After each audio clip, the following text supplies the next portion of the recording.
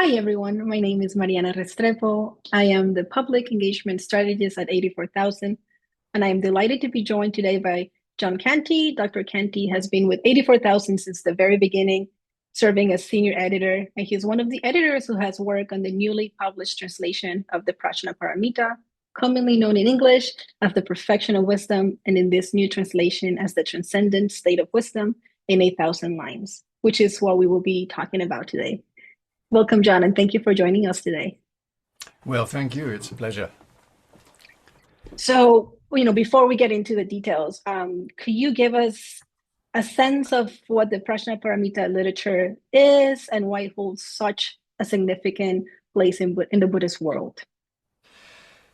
Yes, well, really, I have to say I'm continually amazed, you know, by the Prajnaparamita literature and what it is and what it represents, and it's very vast and kind of almost inconceivable, but it really is so important and so precious, and it's really the kind of root of the whole of the Mahayana teachings, and yeah, it's really wonderful, and the fact that we have these texts is just you know almost beyond belief, but here they are.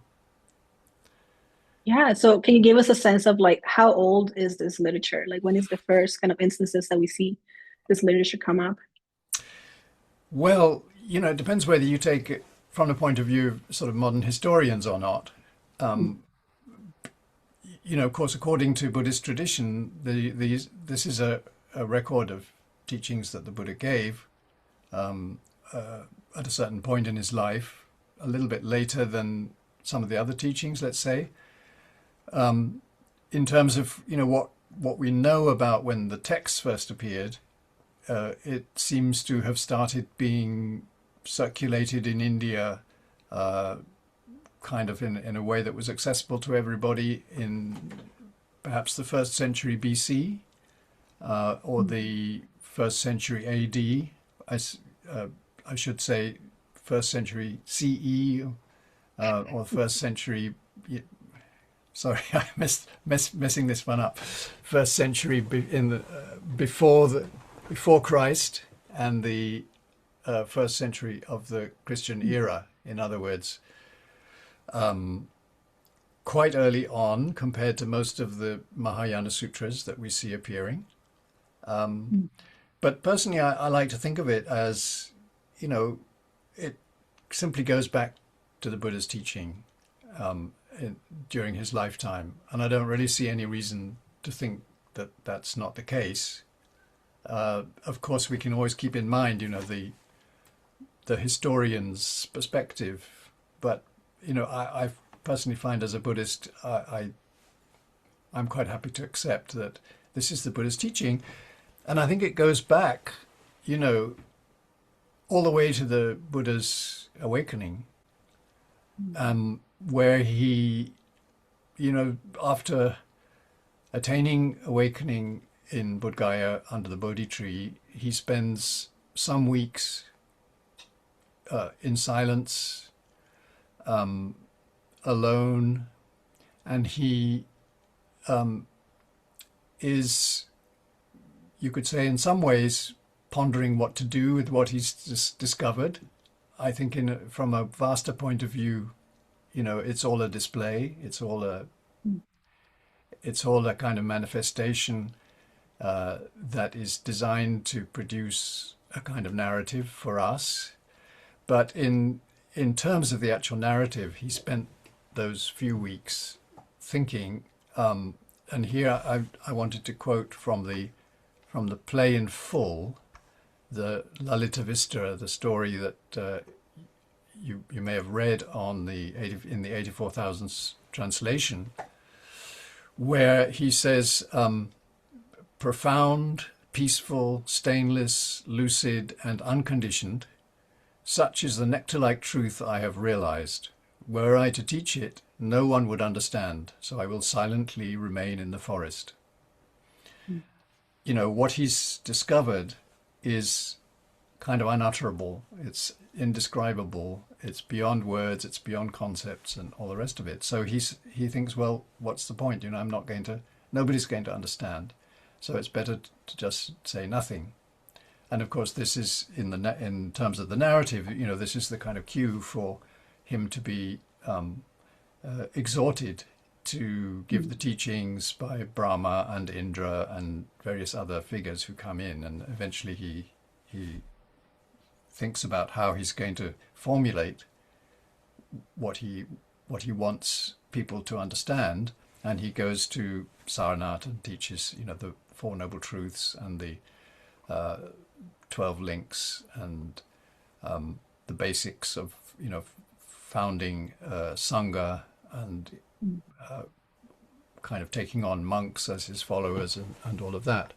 But the key point comes later in his life when he begins to talk about, you could say in a sense, how things really are, instead of the sort of provisional truths and explaining kind of methods and how to get closer and kind of nudging people in the right direction. He's now going to actually kind of talk about the real nature of things. And so, according to these Prajnaparamita sutras, this was a single occasion on the mountain called Vulture's Peak, sort of more, not quite a mountain, it's a sort of craggy hillside. Those people who've been to Rajgir will have a picture of it in their minds. It's a wonderful place on this sort of craggy peak in the middle of a valley surrounded by hills. And he begins to talk about what he calls the perfection of wisdom, or the transcendent state of wisdom. And it's for the first time he's really sort of saying it how it is.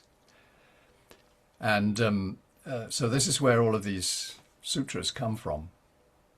And I think it's worth saying, that the extraordinary thing about them is how long they are. You would think that if he's going to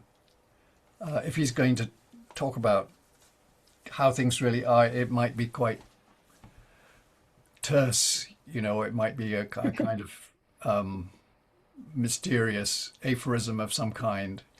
But in fact, the teaching, of course, we have different versions of it that have different lengths, but even the short ones are actually quite long. And so we call these in the Tibetan tradition, these are called the Six Mothers, which are all the most complete of the versions that we have of the teaching that he gave on that occasion. And they're all talking about the same teaching, but they're just different, if you like, different recordings of it. And they have very different lengths according to the amount of repetitions and according to the detail that they go into, but they all follow the very same pattern, and they're all in the teachings that come, the statements that he makes are all in the very same order, and you can follow, and it's a very fascinating thing to do, you can follow the sequence of what he says across the 5 or 6 different versions of it, and compare them. And I would recommend everybody to, if anybody who has the time, let's say, to at least look at some of the statements and the chapters and compare them across sutras, because it's very fascinating. Yeah, that's very interesting. And I actually wanted to kind of ask you about that. We have the 8,000 lines, the 25,000 lines, the 100,000 line version of this text. And so what I'm hearing is that they are talking about the same thing, a different lens. So could you give us a little more insight on like, what are the differences? Like, is he going into a lot more detail, or like why such difference in length? Well, there are different answers about this. I mean, basically, in terms of the actual texts, the material in all of the texts, all of the versions from the 8,000, 10,000, 18,000, 25,000 and 100,000 is all the same. He doesn't say, in the longer ones, he doesn't really say anything new. but he says it in at much greater length. And the biggest difference really is in that he's often talking about sets of dharmas, sets of qualities, sets of practices, sets of realizations, sets of steps. And he will take each one in turn and make a statement about it. And in the shorter ones, he takes the whole set of things, like the five aggregates or the Eightfold Noble Path or whatever it might be. And then he says something about all five. And then in the longer ones, he will take each of the members of the set, each item in the set, and then say the same thing about each of them, one after the other. And it's usually the same statement. So that's what makes it much longer in the longer ones. The only thing is that the 8,000 is a little bit abbreviated, especially at the end. Or you could say that the longer ones are a little bit extended at the end. It's difficult to say which way round. And there are two thoughts about this that have been kind of floated in the tradition. And one is that different lengths suit different kinds of people. So some people really need the kind of long, very repetitive statements, and some people wouldn't be able to take it, or for them it's kind of handier to have the shorter versions. And there is a tradition as well that says that the longest ones were actually designed for kind of non-human beings in other realms. So the longest of all, which is far longer than any text that we have in the human realm, is apparently one that was designed for a group of non-human beings called the Gandharvas. They're sort of semi-divine beings, and for them it was, I can't remember exactly the figure, but 1 billion lines. Wow. And the 100,000 lines was said to be the most appropriate for the Nagas, and was brought by Nagarjuna from the Naga realm. They had the texts where they were keeping it closely guarded, and so forth. So we have this idea that different, let's say, whether we call it talking about different kinds of human beings or different kinds of beings as a whole. For some people, it's good to have it in great repetition, and for some people, it's better to have it shorter. But certainly in terms of human understanding, I would say that the two most studied versions have been the 8,000, which we're talking about now, because it's in a way the shortest, and the 25,000 line, which is the one that best fits the commentaries that were written down by Asanga following the advice and teachings given to him by Maitreya, which is a long story which we could get into a little bit. But the 8,000 is, venerated and taken as very important, and it's also quite handy because you can recite it. You could recite the whole thing in, let's say, a single day. It'd take quite a long time, and of course it's very, very exciting that this is actually going to be done in English coming up. Yeah, and that's something we'll get to discuss in a little while, but there's so many fascinating things that you mentioned that I want to follow up on before we get there.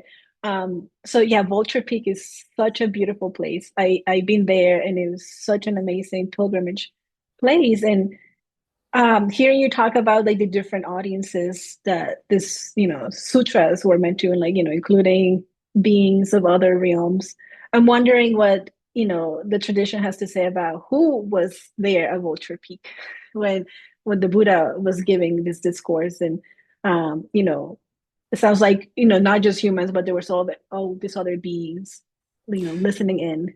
Indeed, yes. And in the longer versions, you get this long introductory section, which is actually not present in the 8,000 line, that describes the Buddha sitting there and how he produces all of these extraordinary phenomena, sort of magical phenomena and lights and things. And lights go out to not only different parts of our world, but to all sorts of different universes and Buddha fields, and they invite bodhisattvas to come from all of those very, very distant places and worlds to listen to the teachings. And there's long, long lists of all the other different kinds of non-human beings as well that come and attend. So it's a vast assembly, probably invisible to most of the sort of human attendants, but they're all kind of there listening and very excited to kind of hear what the Buddha's finally going to say. And in human terms, we have monks and bodhisattvas, some of whom I think it's fair to assume would have been lay people, and both men and, sorry, I said monks, I mean monks and nuns, and probably, novice monks and novice nuns, and lay people, and some of whom bodhisattvas, some of them are kings, some of them are, all different segments of society. So yes, a vast audience. Right. And So then, is it fair to say, sorry, is it fair to say that this kind of body of literature has something to say to anyone, whether, you know, monastic, lay, you know, male or female, that we all kind of have some, you know, when reading this text, something that we can like take away from it. well, yes, indeed, it's very important, and that's really the crux of it. It contains an extraordinary, well, a set of extraordinary formulations of what the Buddha's message really was, but it's not a very easy message. So we'll come to that in a minute, because I think it's very important to make that point. It's but there's one aspect I wanted to mention just now before we lose it, which is that there's another way of looking at the different lengths and why Mm.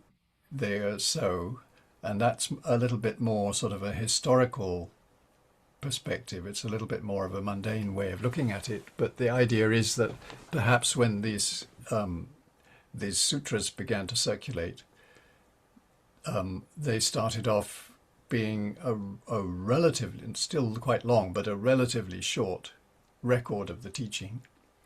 Mm. And some people say that the 8,000 Prajnaparamita was, well, the one we have now, and we call the 8,009 Prajnaparamita, is perhaps quite close to some of the earliest versions that we know circulated. There's some manuscripts and there's some evidence for that being the case. The oldest manuscript that's been found is quite like what we now call the 8,009 Prajnaparamita. And some people say that the longer ones were produced because these teachings were being recited orally, of course, in the beginning, and people would add more and more detail, and they would have long ways of reciting it, long ways of including the same statements for all of the different items in each set of dharmas, or each set of qualities and all of that.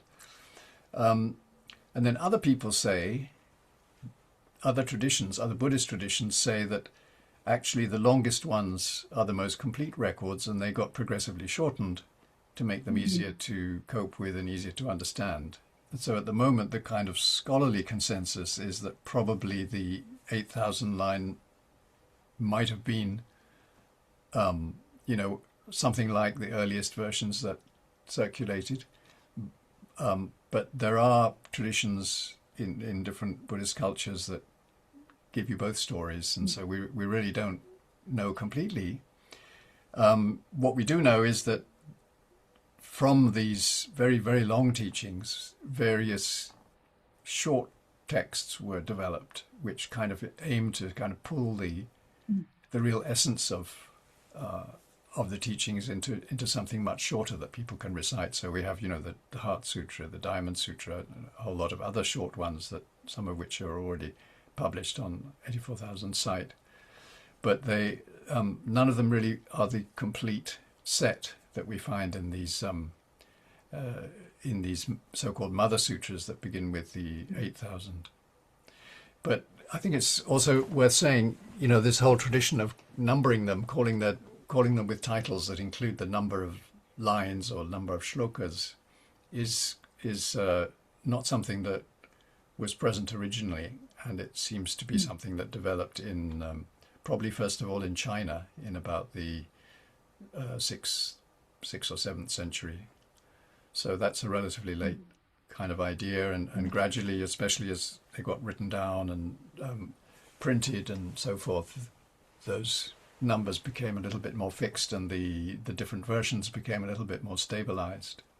But anyway, in a way it doesn't really make much difference, because they're all quite complete and they all have the same essential content. And you mentioned, the Heart Sutra, which, a lot of people probably have encountered that at some point, in the Diamond Sutra. And so can you talk a little bit more about how those two texts fit within this body of literature? I can try, but it's difficult, and we all guess, But I think the Heart Sutra seems to be, historically speaking, quite late, and may not even have been written in India or fully formulated in India. It might have been sort of first circulated in China and then got back translated into Indian languages, but we don't really know. The Diamond Sutra, the Vajracchedika, is probably quite old, quite a lot older in those historical terms, and it was certainly very popular in India, and we know that because there were commentaries written on it by Asanga and Vasubandhu and some of the great scholars of the as early as the 3rd and 4th centuries. So the short ones are very, they're very varied, and they have different purposes and different content. But I think the Heart Sutra, of course, is a wonderful, very sublime text that is especially well known to people in the Tibetan tradition, but also very popular, in Chinese and other Asian Buddhist cultures. It's a little bit unusual because it really concentrates on a small number of statements, about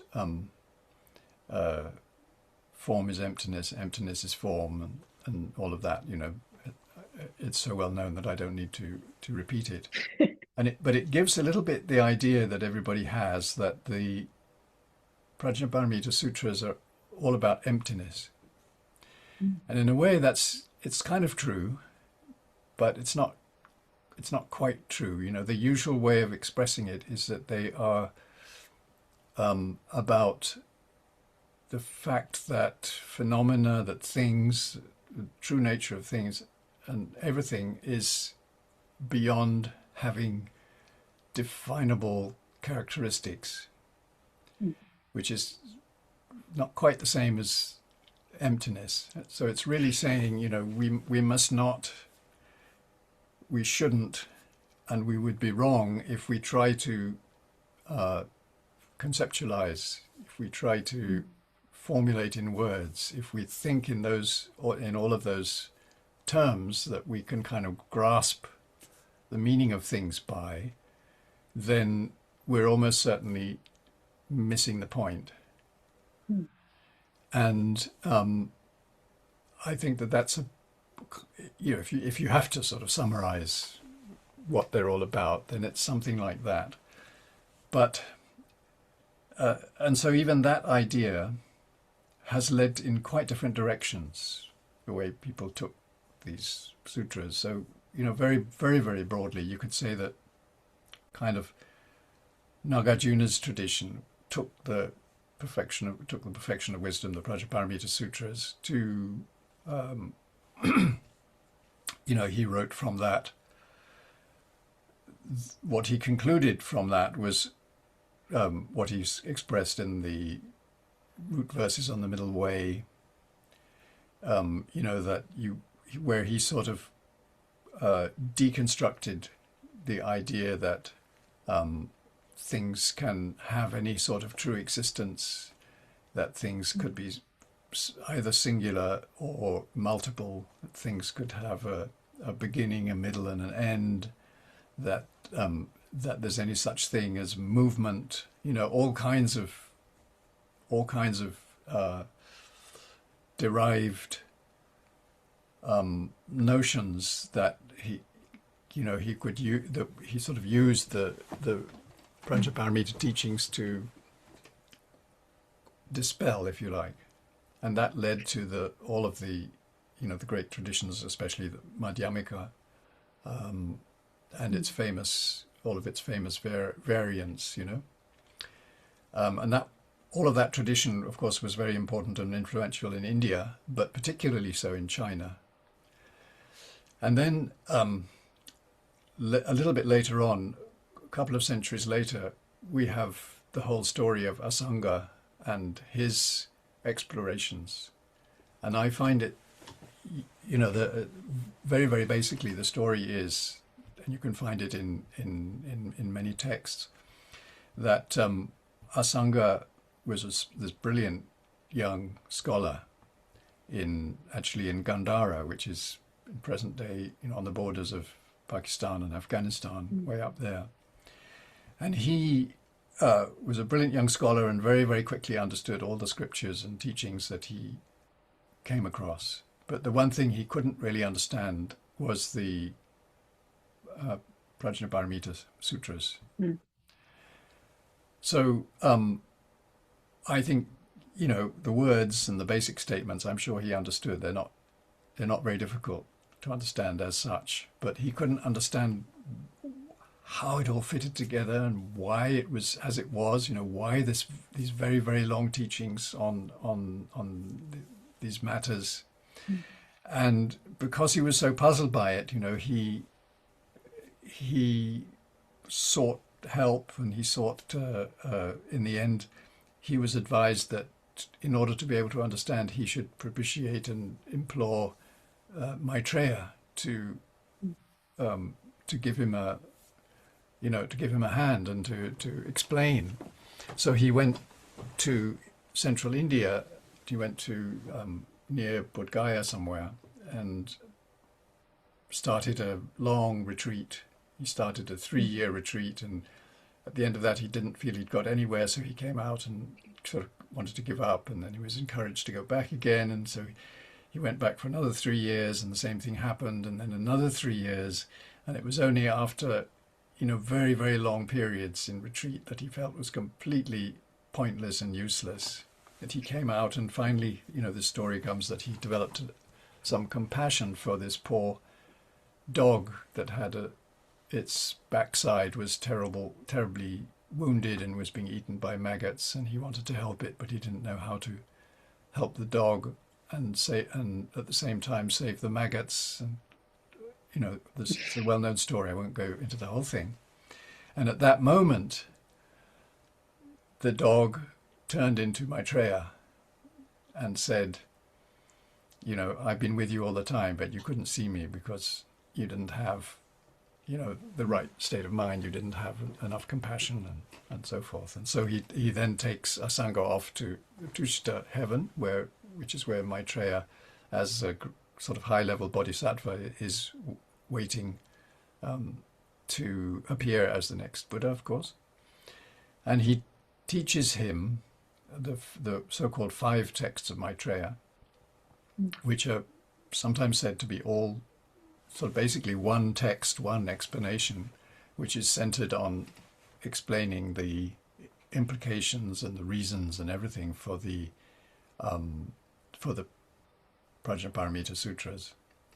But one of the 5 texts is this text called the Abhisamalankara, the ornament of realization, which explains the so-called hidden meaning of the Prajnaparamita Sutras, in the sense that it sets out not just the basic idea that everything, the nature of everything, is sort of beyond having any definable characteristics, but it explains why the sutras are in the order they are in, and how that implies an actual path, an actual practice that bodhisattvas should undertake.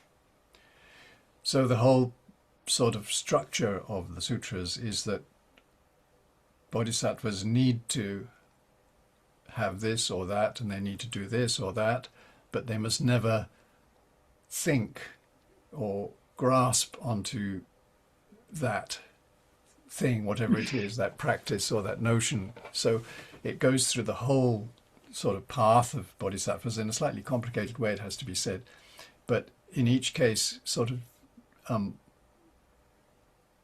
emphasizing again and again and again and again that this has to be done, but never with any sense that it's truly existing, never with any sense that it's an actual entity to be conceptualized or formulated in words, and that would ever be enough to really grasp its real essence. So it's these are really difficult points to fully understand, and people in India, we don't know how much study of the commentaries that Asanga wrote down from his teachings of Maitreya. They certainly were widespread and widely used, and some of the great Indian scholars commented on them further. And then they became very popular in Tibet as well, where they formed the basis of all of the sort of very detailed study curriculum that people went into to study the Prajnaparamita texts. But they were almost unknown in China. This particular tradition of commentary, and yet, of course, what can we say? The Chinese had their own ways of studying and getting into these texts.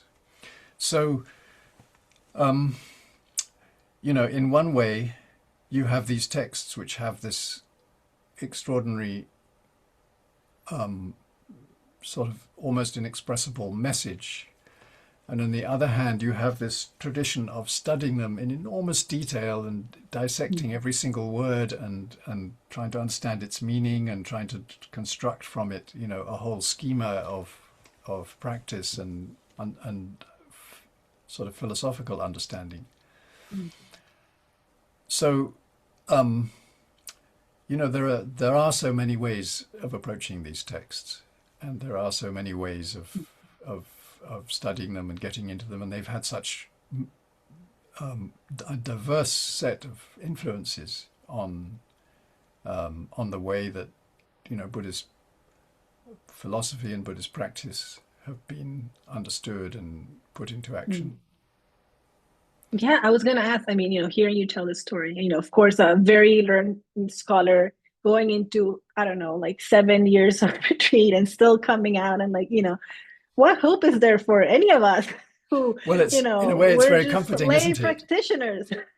What can we, as non-scholars, just practitioners trying to do our best, what can we get out of this body of literature? You mentioned there's the kind of 2 ways of interacting with the text, like a very scholarly academic study, but then also the reciting. So what as practitioners can we how can we approach this text?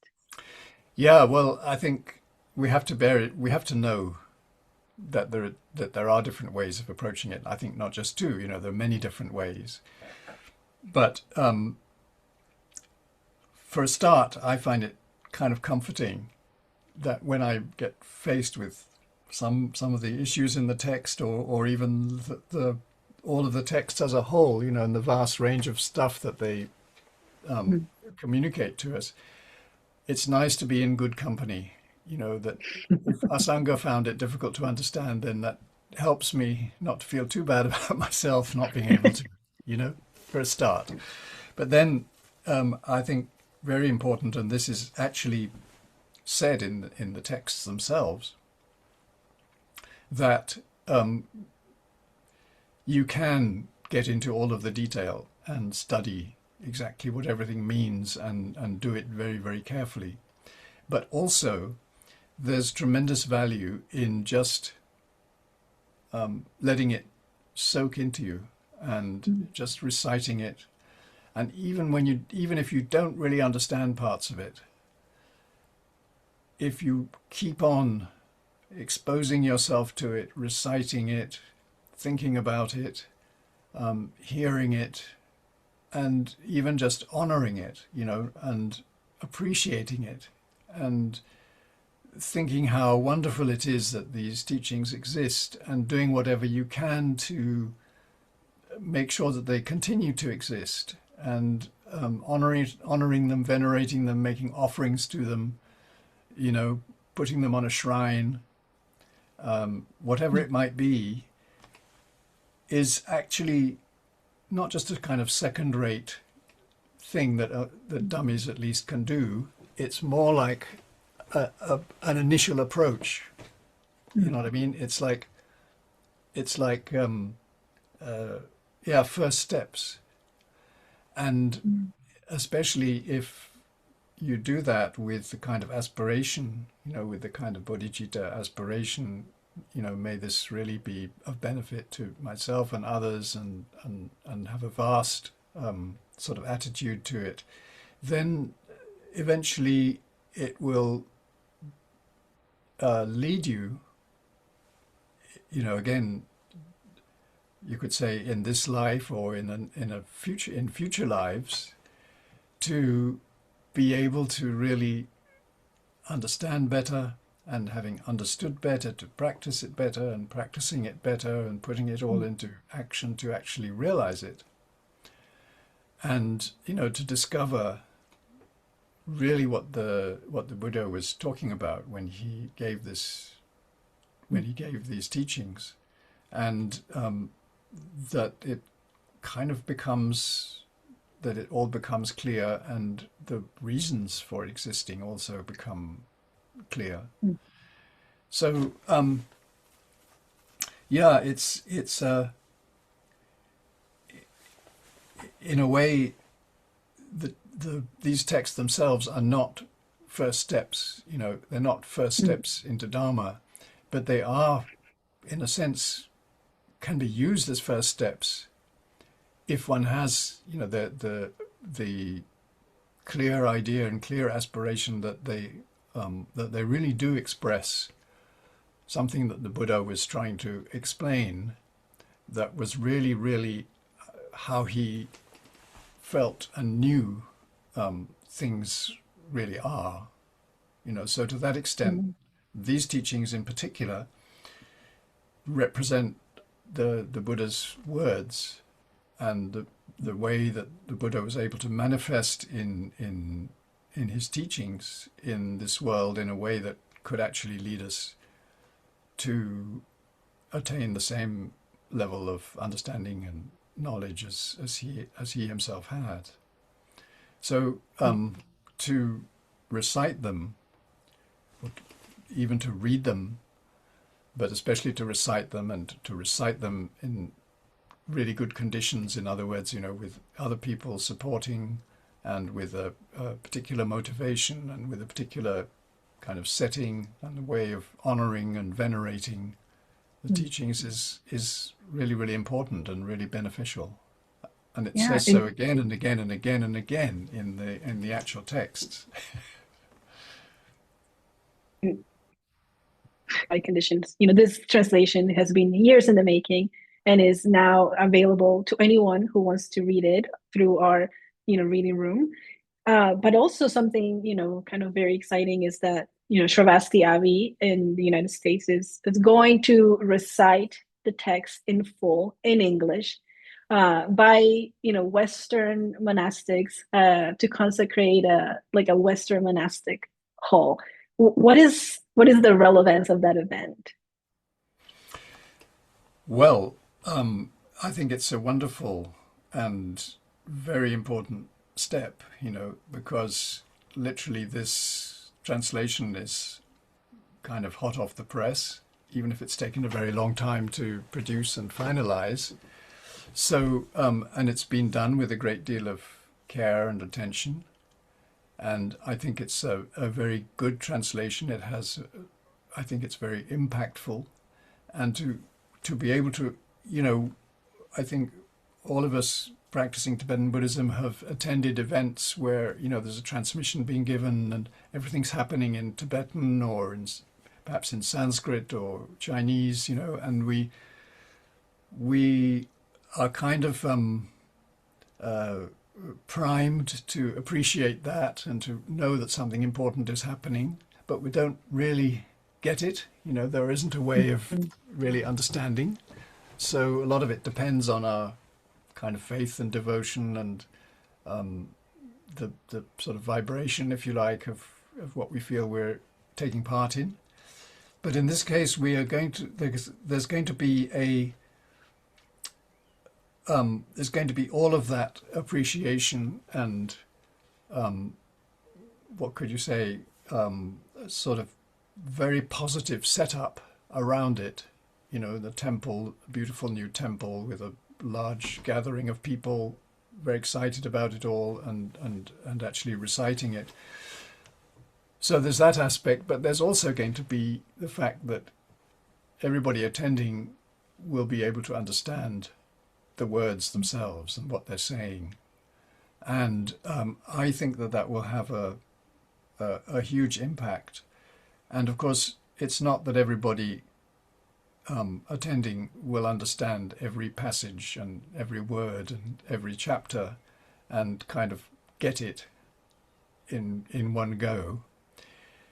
But there's something about these teachings, and I think this is another really important point, that the more you hear them, the more it kind of has an impact on you. It sinks in. And this is where the length and the repetition are also quite important in a way. It goes on and on and on, sort of taking each small bit of what you might have thought something that you could express or conceptualize or grasp, and it kind of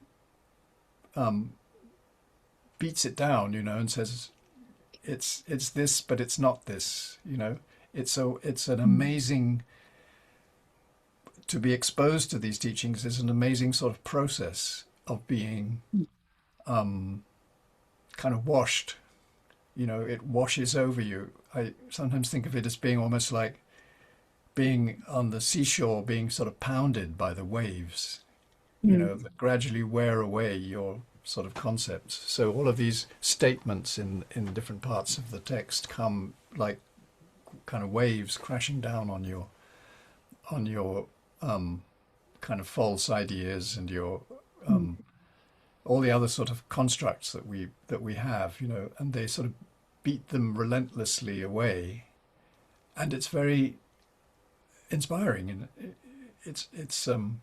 it can be, depending. There are moments when you think, oh, this is too much, I can't take it, and then there are times, which is healthy, and then there are times when you think, my goodness, this is so magnificent and so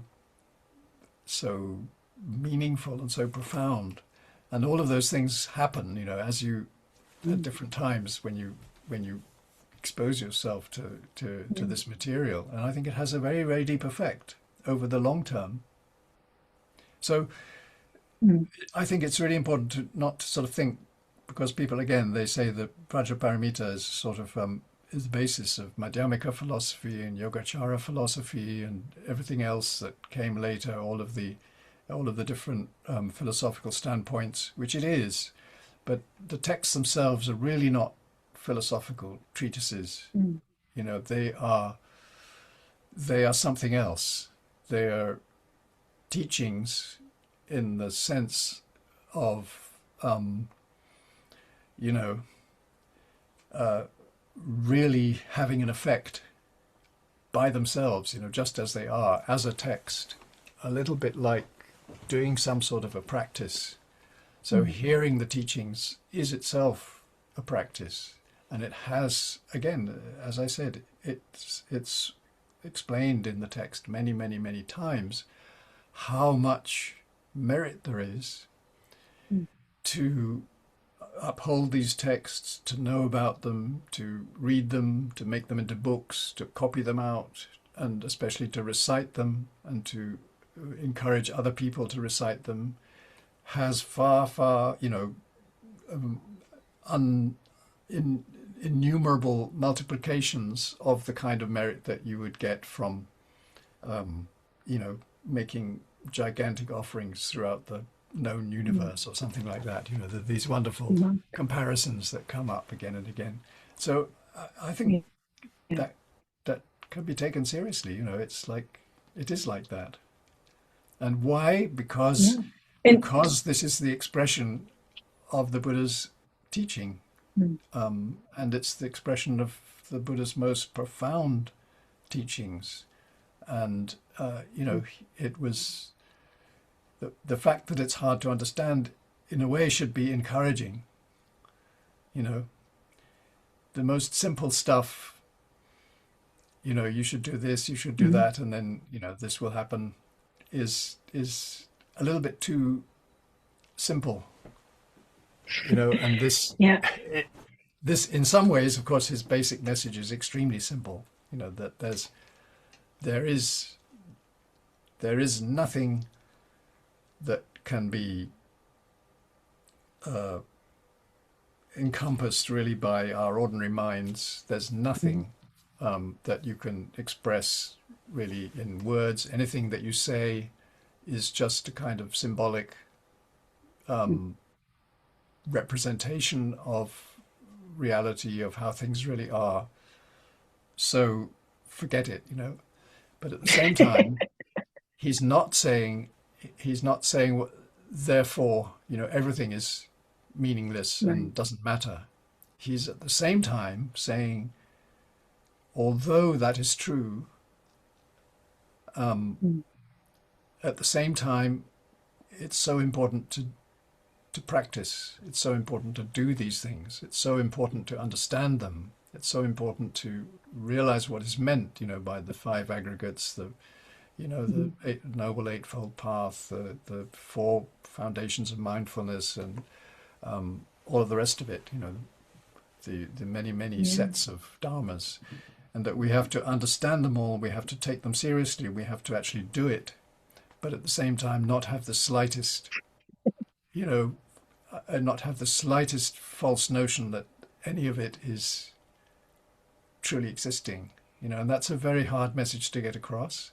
And I think if there's anything that does get that message across, it's these texts, you know, and the way to do it is, just let them wash over you, if you like, even though everything is impossible to grasp and formulate and conceptualize, and if you like, everything is emptiness. But at the same time, you know, we still, it doesn't mean that everything is meaningless and that we shouldn't do anything. We just kind of give up and assume that things happen by themselves and that, you know, there's nothing to do. Of course, we have to really practice, and we have to keep applying all of the Buddha's teachings on the path. And there's a lot in the text about path. And I think what's very interesting in these texts as well is that they cover, of course, they cover the path of bodhisattvas, but they also very clearly include the paths of Shravakas, you know, meaning people on the path that leads to being arahat, and also the path of Pratyeka Buddhas, the so-called solitary realizers, or people who understand the true nature of things by their own sort of investigations, but don't quite get to a sort of full level of Buddhahood. So it's a very inclusive point of view on Buddhist practice, and again, just that is wonderful and remarkable. You gave us this very wonderful visual of the waves pounding on us, right? It's like the recitation happens as you listen to this repetition over and over again. And then I can even imagine you working for years on this text, reading it over and over again. I want to know if there was anything that kind of got eroded through all this pounding of the waves as you consider the text and the English for, rendering of it. If there was anything that got eroded, or anything that maybe you came in thinking was one way and now on the other side of this have a different understanding.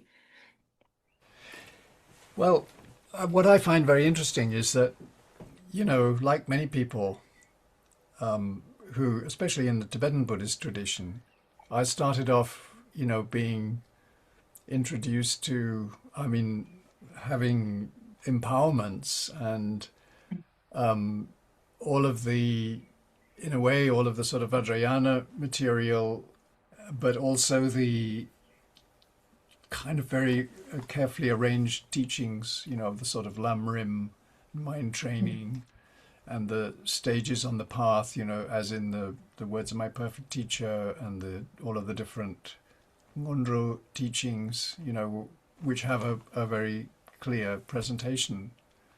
But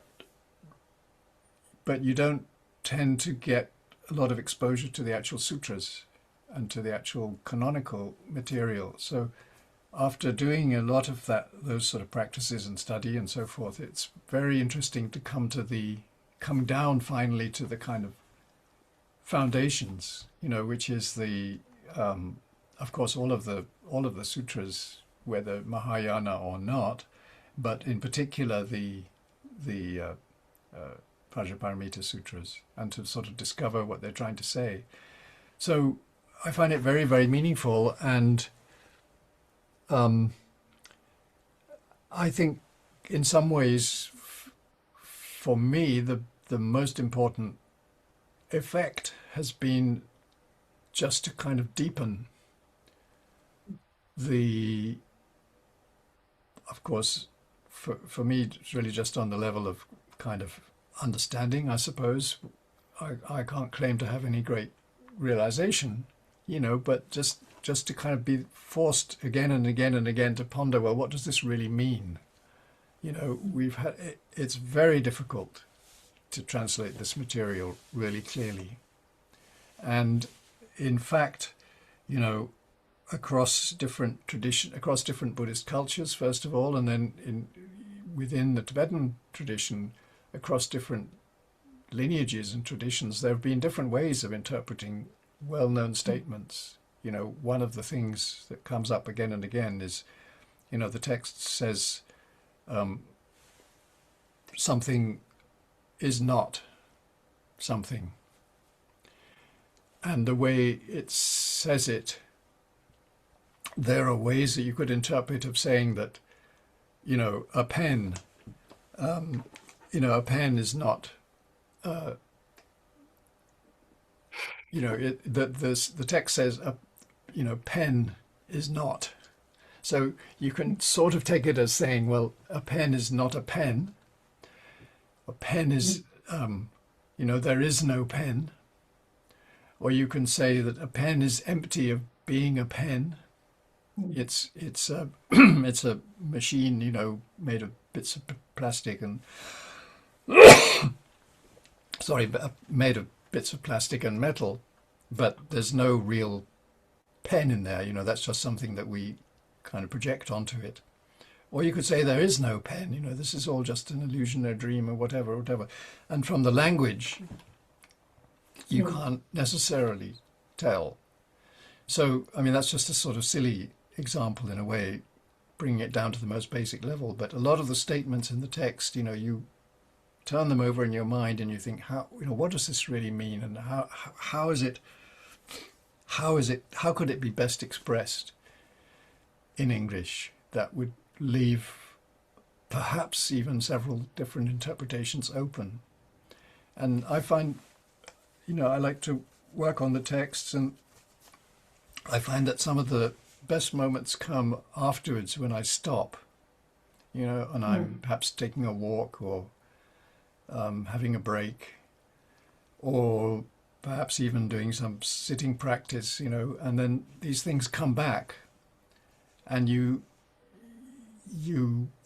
somehow feel that it's changed the way you thought about some particular issue, or even, more generally, kind of has an effect on the way you see things. And of course, sometimes that's just a momentary kind of experience, and then it's kind of gone. And sometimes it's a more lasting understanding. But one of the things I find, the kind of, in a way, the nub of a lot of these teachings is this whole idea of, in Tibetan, the expression is mimikpa, meaning not, you could sometimes translate it as not conceptualizing, but it really means a bit more than that. It means even in terms of perception, that that the true nature is not something that can be sort of apprehended, can be grasped even by your basic perceptions, vision or hearing or something, that everything that we perceive of the world is somehow almost at second hand, So what does that mean? How do you stop? How do you stop trying to grasp? How do you experience the world, but at the same time stop trying to kind of make sense of it, or trying to how do you not confuse your impressions and your perceptions with what's really there? You know what I mean? That all of that kind of thing, I find, comes again and again and again in the texts. And you can receive teachings on Madhyamika or something like that and analyze, what you're supposed to think. But you need to, as even the Madhyamika teachings and all of them say, you have to actually work it out for yourself. Nobody can formulate it for you. It's an experience that you have to have as an individual. It sounds like that repetition in the text is kind of built into that, like repeat the same thing over and over again. So then you have all these opportunities to consider all these different options of what it could mean, until you're like, like I remember when I was little, and I don't know, I played this game where you say the same word over and over and over and over, and then like you lose all sense of that being a word and what it means. So it's kind of that experience of like, what is this?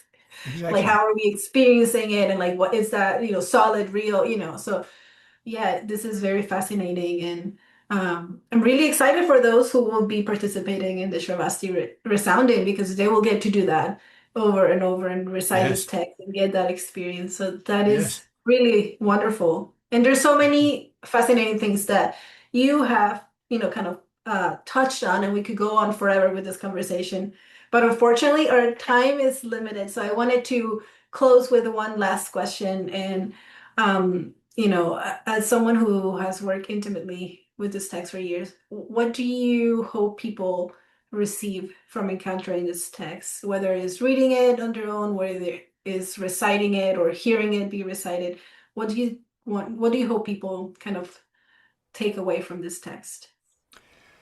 Well, I think if I, what comes to mind, of course, I could give you a different answer every day, if you ask the same question. But what comes to mind is that what I really appreciate about this event that's going to be happening, and that in a way what I would really appreciate for anybody reading or reciting this text is the kind of growing sense of respect for the teachings and for what the Buddha taught that comes from it. When you begin to apply it to yourself, to your own experience, and when you just have this feeling that something is happening that is actually so profound and so much more important and so much more meaningful than all of the stuff that we all have to deal with all of the time, you know, all of the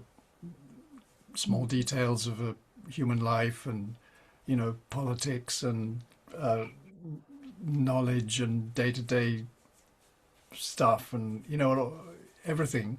And yet it's